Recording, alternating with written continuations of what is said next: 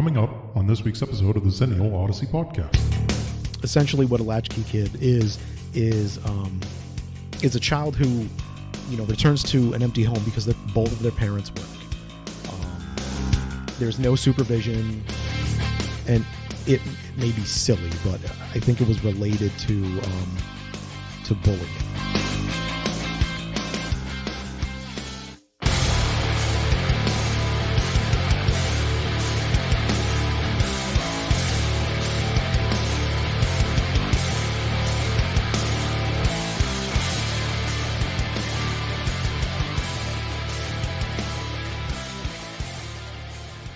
Welcome back, everybody. If you all just want to bear with me, a little under the weather, but to be completely honest, if I can go and do my 9-to-5 job, I figure I can come on here and do my weekly podcast.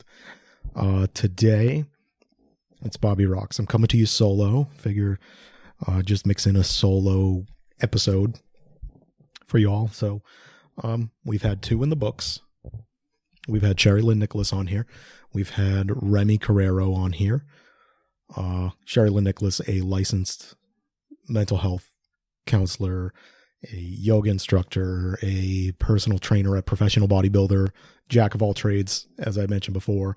We've had Remy Carrero on here, author, kind of influencer, even though he hates that term, and really just delving into all these different avenues. And to me, we have an emerging theme that is not necessarily specific to people who are identified as Xennials, but it is definitely positive traits, in my opinion. And those traits are specifically the drive of these 2 individuals. And what I plan on kind of doing in future interviews is I will highlight people who have their own drives and, their own experiences growing up in the late 80s and in the 90s. And that's when a lot of us really came of age. The other theme is really just growing up in that analog age as children, kind of seeing how you handled certain things. How, for example, with Remy, how you would go about getting published with help from your mom, by the way, and kudos to Remy's mom for just doing that and identifying a skill set that he had. Or if you're Sherry Lynn, you grew up and you had to work for everything you had, and even from a young age, and having that kind of ingrained in you, and it carries over into your adulthood, and to see the drive that she has. As I said on that podcast, absolutely busy individual that she is. This podcast kind of will be a standalone. I'm really just going to kind of focus on one topic and its importance to where we've come from in the last 2 interviews, and that is that we are Latchkey Kids. Now, some of you may not know what Latchkey Kids means. If you grew up in that, you absolutely know what it is. And there are certain things that I feel come along with that prepared us or kind of aided us as we were growing up. Now, again, typical format. Episode will have typical format. I'll do some plugs. I'll do some plugs for some of the products that I use for this podcast. Again, I'll play a song, and then we'll go into my little spiel here, and that'll really wrap up the episode. So I'll start with the plugs. So in case anyone's wondering what I use for my equipment, I use Samson, 2Q UA microphones. I love these microphones. They have USB connection. They can become dynamic. They have XLR connections. Really versatile. They can connect right into a laptop or a digital recorder, really depending. If I'm at home, I'm using USB. If I'm mobile and I'm doing interviews or live casts, I'm usually using a digital recorder. And I get all of my equipment through Sweetwater. I cannot sing the praises of Sweetwater enough.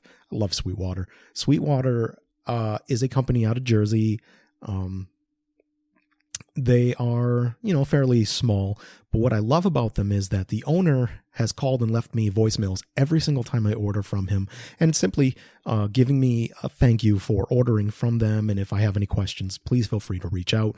And then when they ship their order to me, they actually ship it with their most up-to-date catalog on all of their audio and visual equipment that they're selling, any sales that they're doing. And yes, like the name says, they actually send it with a bag of candy.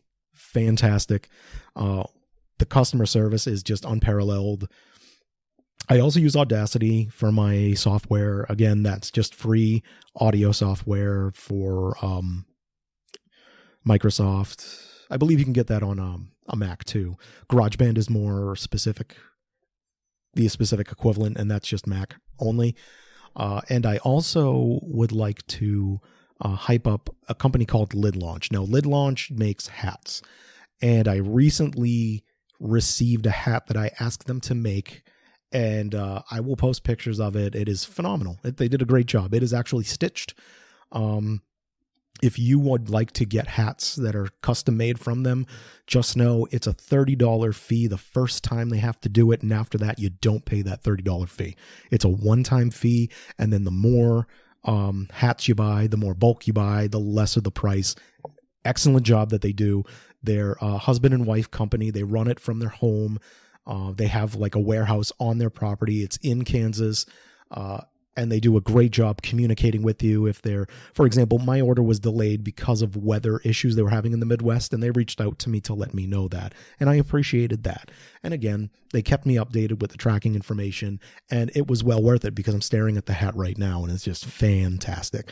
So this will be a good jump off point. We'll play some music. We'll come back. And we will talk about what it is to be Latchkey Kids and the influence that has had on us as adults. And as always, you are listening to Bobby Rocks here on the XOP, the Xennial Odyssey podcast.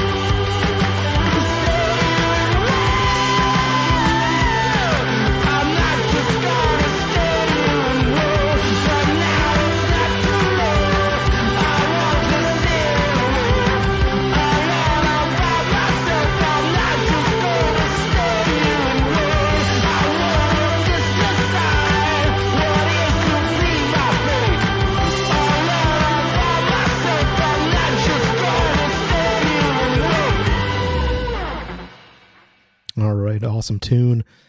That was, first off, on top of the fact, giving me vibes of, the early 2000s and the Strokes and the band that came out. Just great music to listen to. So that was Stand Here and Wait by the Phantoms. And again, all of my music comes from Soundstripe. Soundstripe is a paid royalty-free service that I use for all of my music. And again, I pay a monthly fee, and that money goes directly back to all of the artists that contribute their music to it. That is soundstripe.com. Okay. Where were we? We were talking about being Latchkey Kids. And Latchkey Kids is something I feel is very unique to people that grew up in the early 70s, in the mid 70s to the early 80s.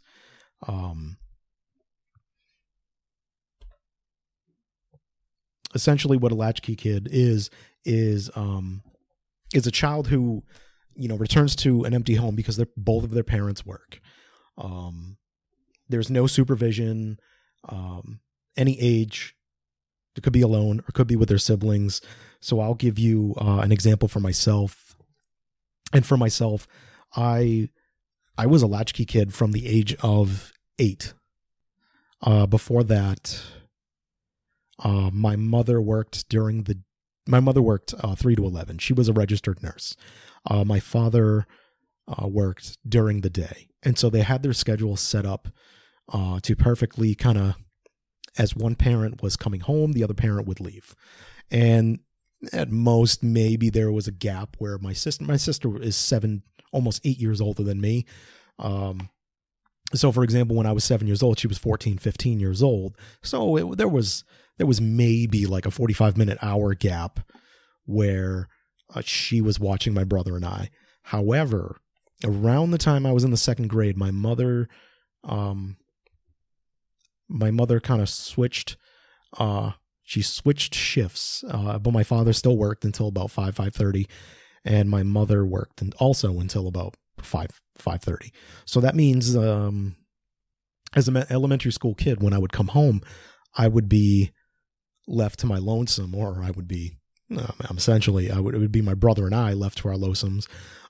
At that point, my sister was playing sports and things like that at high school.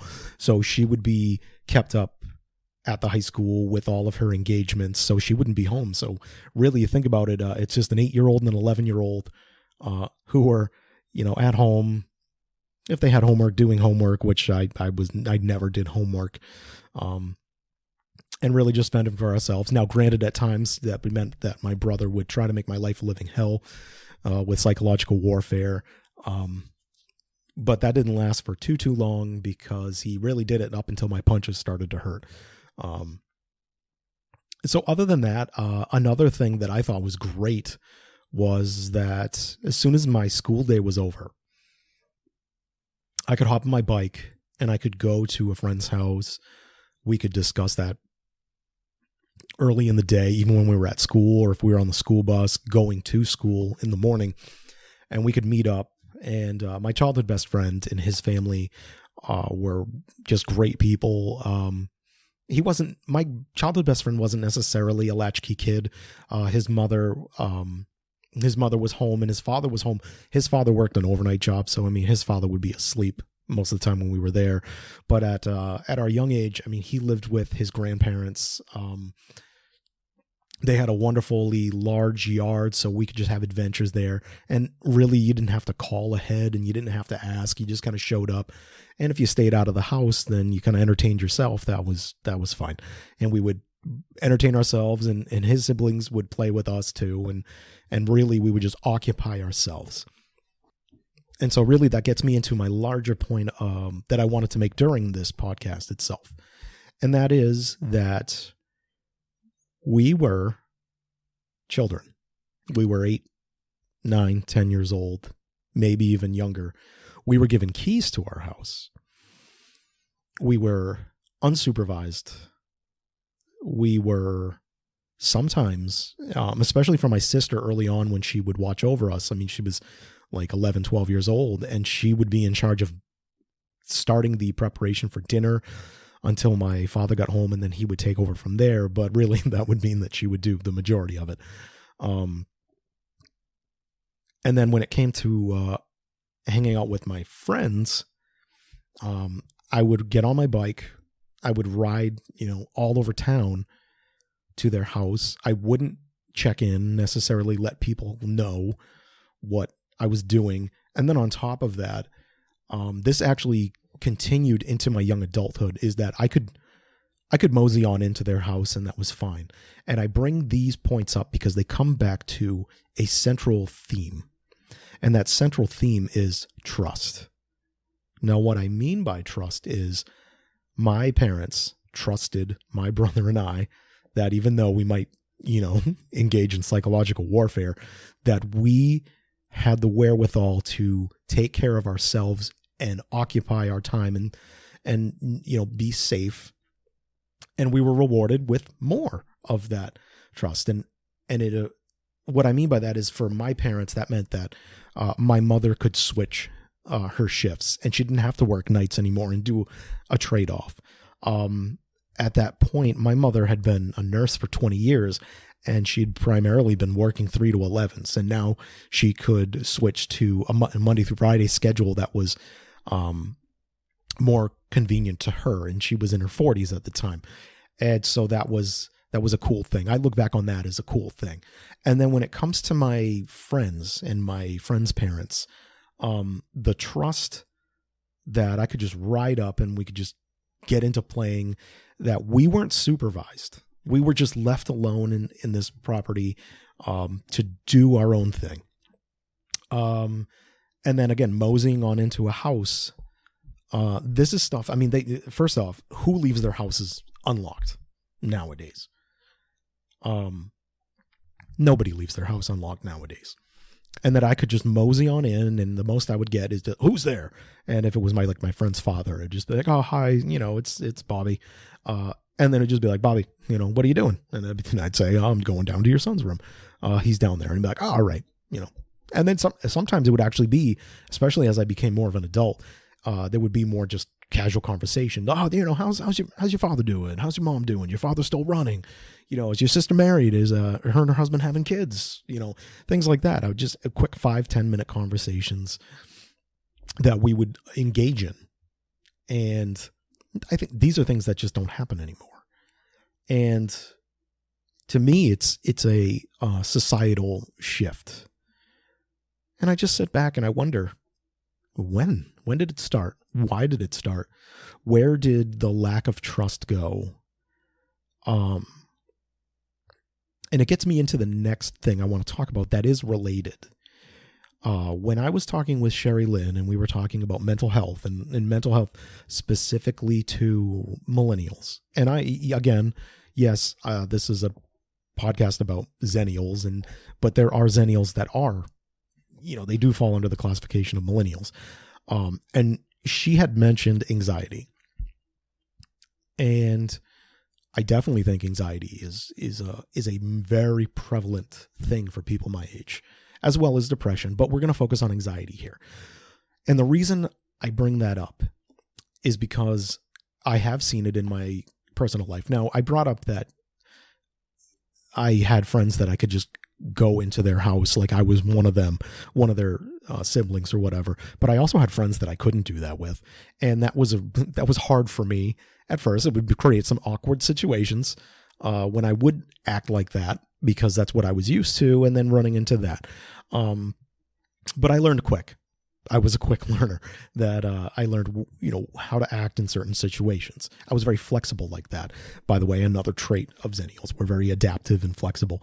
But getting back to the anxiety issue, I feel a lot of it has to do on parenting style, especially for younger kids, younger millennials than myself. And what I mean by that is I don't feel that there were Latchkey Kids, or there definitely was something that was fading out. You couldn't just ride around without letting people know where you were going. You couldn't just mosey on into people's homes without knocking or anything like that. And I feel the message that was conveyed during that time for people just a little younger than me was a lack of trust, especially for like the latchkey thing. That definitely has a lot to do with lack of trust. And the problem with that, from just a basic learning, social learning and things like that, and just human development, is it can send off the wrong messages to individuals, children, for example. It can say, this is dangerous. Being left alone home is dangerous. Riding your bicycle by yourself, not telling me where to go, is dangerous.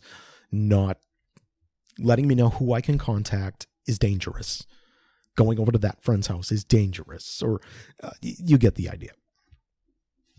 And those kind of things, it's called manifesting. What I mean by that is it will show up in other areas of thinking. It'll show up in areas of people's social interactions, and it will show up in their interactions with others. Now, on the plus side is that I'm going to do a little buzz phrase for everybody out there, and that's called neuroplasticity. And what neuroplasticity means is that the human brain is very flexible. It's very adaptive in and of itself. For example, if somebody has an injury to the brain can adapt its neurons and its connections to other parts of the brain. Is it going to be perfect? Is it going to be 100% like it was before? No, but it tries to repair itself to the best of its ability to kind of make up for the loss in functioning.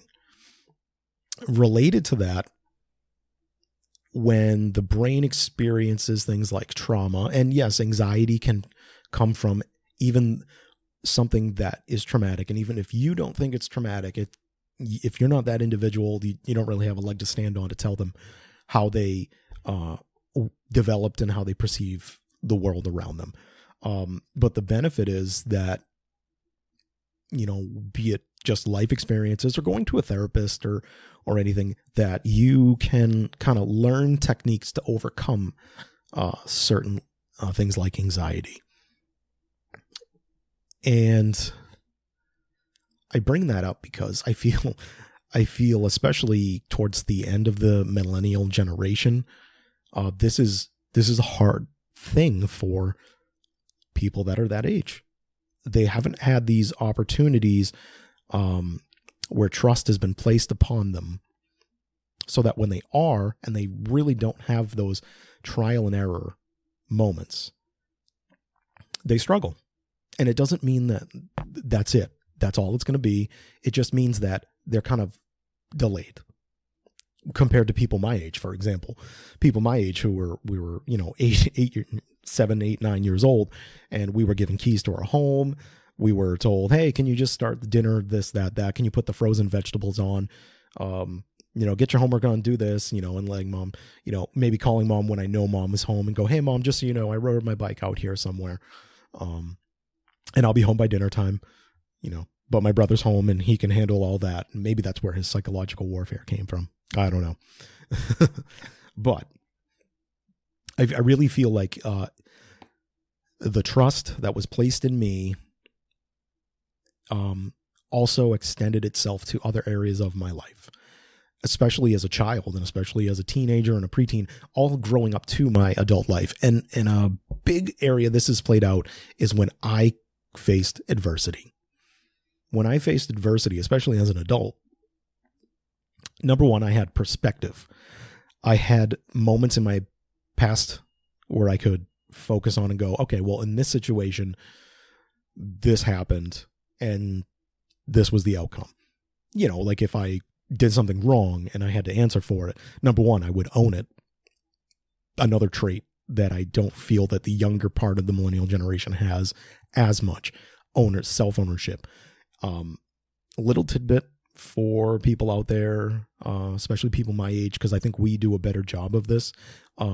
when you own something and you take self-accountability, oftentimes the negative outcomes aren't as negative, and you actually get respect for that. And you also create situations where you create other perspectives. And I bring that up because I've brought up before that my parents' parenting styles were different. My father kind of fit the more stereotypical millennial parent mold. And I don't want to come across like I'm bashing him. Because he was wonderful. Yeah, maybe he made the world feel like it was a certain way, and when I experienced it, it wasn't that way, and it was disappointing. But he also shared unconditional love, even when he had to do corrective things like a parent, and he would. But my mom was really that tough as nails person who, when faced with adversity, and I didn't want to face it, she would kind of be that one to go, if you avoid it this time, you're going to avoid it the next time, and it's going to be a pattern that goes on for the rest of your life. So do it now and face the adversity. And literally, by the way, that is a conversation I had with my mom when I was maybe 12 or 13 years old. And it may be silly, but I think it was related to bullying. And I was in a bowling league, and I was in it with people who were my friends, and we were in junior high. And I think the Wonder Years highlights junior high fantastically. And what I mean by that is they said, you're not who you are in junior high. You're kind of who people think you are.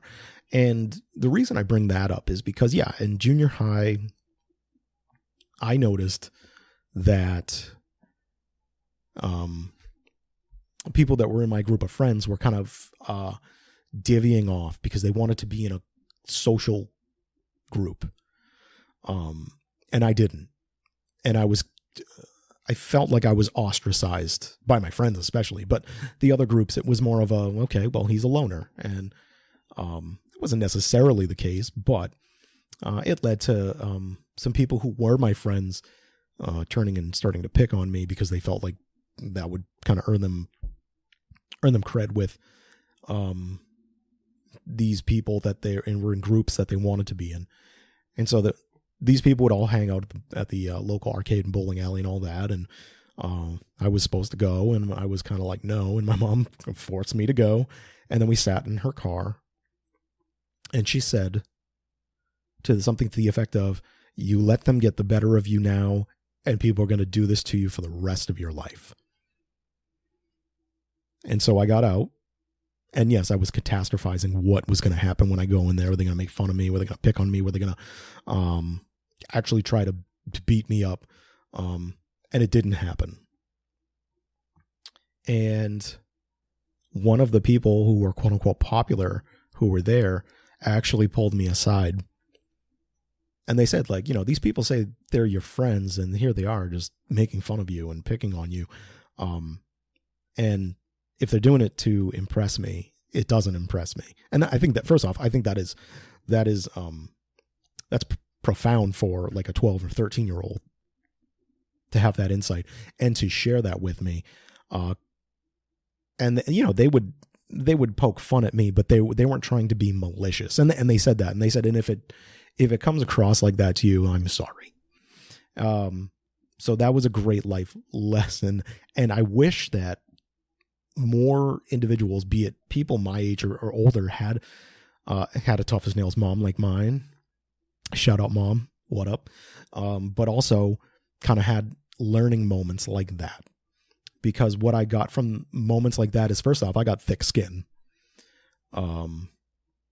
I learned eventually, with help from people like my sister, my brother, and my family, who are just very whimsical people. That's not the right word, but the quips. They were very quick with quips. I learned very quickly that nobody can make fun of you better than you can make fun of yourself. And so when I would start to do that, it really would diffuse these people, on top of the fact that they just found me funny. And then they were like, oh, well, I don't, whatever, all these other people, are saying that are supposed to be his friends that I'll be his friend. He was funny as hell. He's really laid back and cool, and he's not just like a loner. He's just kind of like doing his own thing. And then, of course, you get to high school, and that's like the cool thing. Everyone's trying to be an individual. The groups have broken up a tiny bit, but everyone's trying to get their identity. And here I am. I've been doing that since before then. And it's like, oh, trendsetter. Not really. Just kidding. That's just me inflating my ego. But this was like kind of my long-winded kind of tangent about the importance of all these things. And yes, this relates all the way back to being a latchkey kid. This relates back to the independence that we were given. Because even though that bullying thing went on, by the way, my mother didn't go in with me. She just said, like, get out of my car and go. I have to go home and make dinner. So again, there's no supervision, and all of that stuff happened without parents or supervision. And I'm here, and I'd like to think I'm a success. And if that stuff could happen with me and people of my age, number one, why did it stop? And number two, what is kind of the detriment of it stopping being for younger people? And I think that's a great thing that we can bring up with other guests when they come on the podcast. And it's a great point that we can all kind of compare our experiences and perspectives, and some of whom I am not a parent, but there are people that I will have on that are parents and talk about their parenting styles if they are willing to share that. If not, that's fine. I'm not going to push that, but that we can create a larger discussion, because even though I'm not a parent, I've been put in the role of being a parental figure in my professional career. I can talk about that limitedly. I know I've brought up HIPAA, but I can talk about that in another time. But yeah, I can say I've been in a role of a caregiver to individuals, and I absolutely value what my parents did for my siblings and I, but I also learned what I liked about their parenting styles, what I felt worked, and what I felt wouldn't. And again, that'll be something that we can discuss at another time. But I think this is a good stopping point for the podcast today. Again, big thanks to Lid Launch for the new hat. Really appreciate that. Big thank you to Soundstripe for, again, just hooking me up with the music for a reasonable price, and I'm glad I can give it back to the independent artists. Huge shout out to Sweetwater for my equipment and my digital recorder, which will be coming in the next few days. And for everybody else, until the next time, this Odyssey, as always, has come to a close, and we will talk again on the next one.